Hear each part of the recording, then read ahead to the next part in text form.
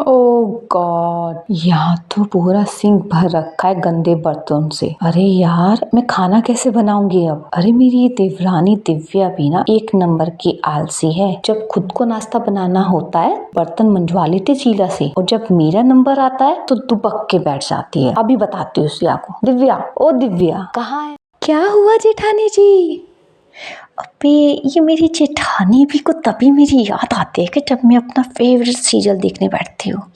आई जेठानी जी। अरे मुझे यहाँ सबके लिए खाना बनाना है रात का, लेकिन तूने बर्तन अब तक साफ ही नहीं किए। और तू महारानी अपने रूम में घुसी बैठी है। चल जल्दी चल, चल जल्दी कर, सारे बर्तन धो फटाफट, तभी तो मैं खाना बना पाऊंगी सबके लिए। क्या जेठानी जी बर्तन धो? ना बाबा ना जेठानी जी, आज ही तो मैंने मैनिक्योर करवाया है, फिर इसके पैसे वेस्ट चले जाएंगे। मैं तो नहीं धोऊंगी आज बर्तन, आप धो लो। ठीक है, फिर नहीं धोने ना बर्तन तुझे, मत धो। मैं भी अब कोई खाना वाना नहीं बनाऊंगी, सबको भूखा रहने दे आज। जेठानी जी एक बार कह दिया ना, नहीं धोऊंगी मैं, आप धो लो। खाना बना लेती हूँ मैं, आप बर्तन धो लो। दोनों एक दूसरे पर बर्तन धोने का काम टाल रही थी। उधर वह डाइनिंग टेबल पर बैठे घर वाले खाने का इंतजार कर रहे थे। खाना कहाँ रह गया? अयो, इन दोनों का फिर से नाटक शुरू हो गया।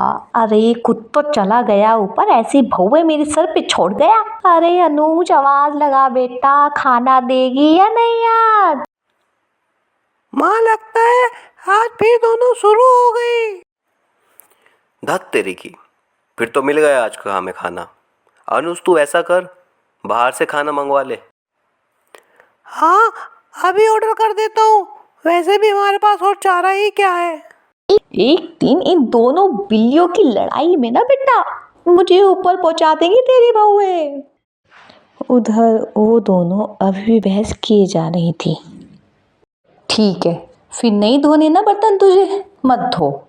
मैं भी अब कोई खाना वाना नहीं बनाऊंगी, सबको भूखा रहने दे आज। अरे जेठानी जी भूखे क्यों रहेंगे? अभी अनुज जी को बोलती हूँ, वो ऑर्डर कर देंगे ना खाना। वो ये बोलने बाहर आती ही है कि इतने में अनुज कहता है, हम जानते हैं तुमसे खाना नहीं बनेगा, तुम दोनों से मिलकर खाना और बर्तन दोनों तक का काम नहीं होता क्या? मुझे तो आप कुछ मत बोलो जेठ जी, बेहतर रहेगा। मुझे तो आप कुछ मत बोलो जेठ जी, ये बेहतर होगा आपके लिए। मैंने सुबह का सारा नाश्ता बनाया है और दोपहर का खाना भी बनाया है मैंने आज। हाँ, सिर्फ रोटियां सेकने को खाना बनाना कहते हैं क्या दिव्या? बस दोनों रिकॉर्डर की तरह शुरू हो जाती हैं बेटा तेरी बहुएं। जाओ जाओ, लिए हिला दो, यही खा लेंगे हम। कुछ देर बाद डिलीवरी वाला ऑर्डर लेके आता है। सब चुपचाप खा लेते हैं। अगली रात फिर से दोनों में रात की रसोई को लेकर लड़ाई शुरू हो जाती है। कभी पड़ोस की कमला आंटी वहाँ आती है। बेटा रश्मि, ओ बेटा रश्मि, बेटी के यहाँ गई थी, उसके बेटे का मुंडन था तो वहीं से भंडारा लाई हूँ, सोचा तुम्हें भी प्रसाद देती चलूँ, लो सब मिलकर खा लेना। फिर तो आज की रसोई बनानी नहीं पड़ेगी और ना दिव्या तुझे बर्तन धोने पड़ेंगे। ये देखकर वो दोनों खुश हो जाती है। जेठानी बर्तन न धोने की वजह से वो दोनों बड़े से बर्तन में आलू की सब्जी डाल देती है, एक डोंगे में हलवा और बड़ी सी परात में पूरी डाल देती है। फिर सबको उसमें से ही खाने के लिए बोलती है। तुम पागल हो गई हो क्या? सब इसमें एक साथ कैसे खाएंगे? चल दिव्या जरा खा के दिखा। दोनों पूड़ियाँ तोड़कर सब्जी में डुबोती है और खाने लगती है। उन्हें ऐसा करते देख सबको उन पर गुस्सा तो आ रहा था, लेकिन वो खाने के अलावा उनके पास कोई दूसरा रास्ता भी नहीं था। वो रात तो जैसे तैसे कट गई, लेकिन अगली शाम को फिर वही कहानी छिड़ जाती है। कल तो कमला आंटी खाना दे गई थी, आज तो तुझे बर्तन धोने पड़ेंगे दिव्या।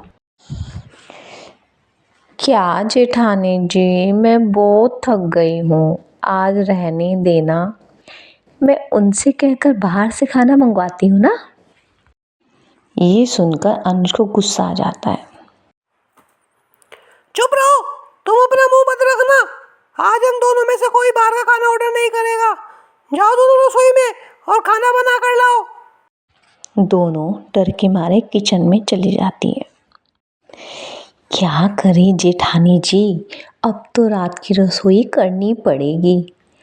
अच्छा एक काम करते हैं, आप ये बर्तन धो लो और मैं सबके लिए पुलाव बना देती हूँ। आहा हा हा हा हा, बड़ी आई, बर्तन धो लूँ, खुद धो ले समझी। और रही उन लोगों के बाहर खाना ना बनाने की बात, तो कोई बात नहीं, हम उन्हें बाहर से खाना मंगवाने के लिए नहीं कहेंगे और हम खुद भी नहीं बनाएंगे। जेठानी जी मैं कुछ समझी नहीं, रुक अभी बताती हूँ। रश्मि बिस्कुट का डब्बा सहित कचरी मुरमुरे बाहर डाइनिंग पर रख देती है। ये रहा आप लोगों का आज रात का खाना। बेटा इन दोनों का बस चलेगा तो हम हर रोज मंदिर के बाहर लंगर में बैठकर रात का खाना खाना पड़ेगा। इनके रहते तो हमें रात की रसोई नसीब ही नहीं होगी। लेकिन उनके पास इसके अलावा कोई गुजारा भी नहीं था। अगले दिन दिव्या बाजार से जाकर कुछ डिस्पोजल प्लेट ले आती है। यार दिव्या, खाना तो डिस्पोजल में खा लेंगे, लेकिन खाना बनाने के लिए वो बर्तन धोने होंगे ना, कुकर कढ़ाई ये सब तो चाहिए ना दिव्या। फिकर नो जेठानी जी, 2 मिनट में बना दूंगी मैगी। दोनों फिर से कामचोरी दिखाती हैं। मैगी बनाकर डिस्पोजल में डालकर देती है। ये देखकर तीनों अपना माथा पकड़कर बैठ जाते हैं। अगले दिन सास ने बहू को मज़ा चखाने का फैसला करती है। अगली शाम रसोई से बर्तन धोने की आवाज़ आती है। जेठानी जी अभी तो हम दोनों रसोई में गए भी नहीं, फिर बर्तन धोने की आवाज़ कहाँ से आ रही है, चलो देखते हैं। अरे ये आप सब लोग क्या कर रहे हैं? अब तुम दोनों से तो ना बर्तन धुलते हैं ना खाना बनता है। हमने सोचा कि हम खुद ही काम कर लेते हैं ताकि हमें रात की रसोई खाने को तो नसीब हो। अయ్यो तुम जाओ, दोनों आराम करो। नहीं नहीं, ये क्या कह रही है माँ जी, हमें माफ़ कर दीजिए, हमारे रहते आप सबको काम करना पड़े, ये हमारे लिए बड़ी शर्म की बात है। हाँ माँ जी, हमसे भूल हो गई, हमें अपनी गलती का एहसास हो गया है। हमारे होते हमारे पतियों को झूठे बर्तन और सास को खाना बनाना पड़े, ये नहीं हो सकता। नहीं नहीं, आप सब बाहर जाएं, हमें 1 घंटा दें, हम खाना बना कर लाते हैं आप सबके लिए। ठीक है, अब इतना कहती हो तो ठीक है, रहने देते हैं, चलो बेटा। माँ बेटे वो हंसते हैं और एक दूसरे को आंख मारते हैं और कहते हैं मिशन सक्सेसफुल।